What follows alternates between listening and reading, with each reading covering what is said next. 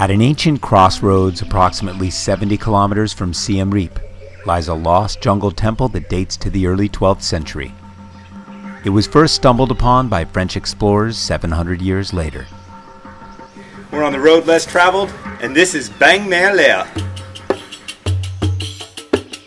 While visiting Cambodia, I wanted to seek out a quiet, lesser-known corner of history to explore, and Beng Mealea was exactly what I was hoping for. For my transportation out there, I made arrangements with Asian Trails, an excellent tour company based in Siem Reap. They specialize in customizing itineraries that work for the individual traveler. My driver, Sotir, who made this a day to remember, prepped me for my exploration, and I was off. You know, I had considered taking a tuk-tuk out here, but the people at Asian Trails suggested I take a car, and I'm glad I took them up on it because this would have been a long, hard ride out here in a tuk-tuk. It might have been a little bit less expensive, but boy, it would not have been worth it. As I headed off in the early morning heat, I knew I'd made the right choice. The approach to the temple is surreal, a pile of graceful rubble that lets you know you're in for something special. Beng Mealea translates as Lotus Pond, and many scholars believe it predates the main temples at Angkor Wat by as many as 100 years. And as you descend into its dark and mysterious hallways, the spirits of 1,000 years seem to echo off the walls. It's the perfect place to imagine what it would feel like to uncover a lost city in the jungle. It's in a total state of ruin, and there's controversy about how it ended up this way. One of the last strongholds of the Khmer Rouge, some say they destroyed it before abandoning it around 1980 after heavily mining the area.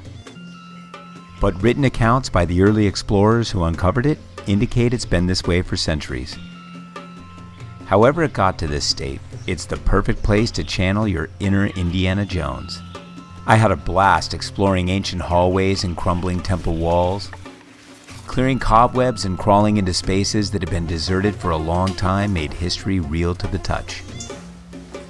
Apsara reliefs are evidence Beng Mealea was constructed around the same time as Angkor Wat, but its less ornate style and specific Hindu carvings are what leads some scholars to theorize that it's older. Among them, the five-headed Nagas guarding the inner east gate that symbolized the Hindu god of nature and water, and a well-preserved depiction of the churning of the Sea of Milk, when the gods united to churn the oceans in order to render the nectar of mortality and gain eternal life. Shiva performing the cosmic dance that destroyed a weary universe to make way for the process of creation. The atmosphere at Beng Mealea allows you to step back in time and experience what it must have been like when those first explorers crept out of the surrounding jungle and came upon this staggering representation of ancient Eastern culture. In my opinion, it's what makes this site almost mandatory for any traveler to the area.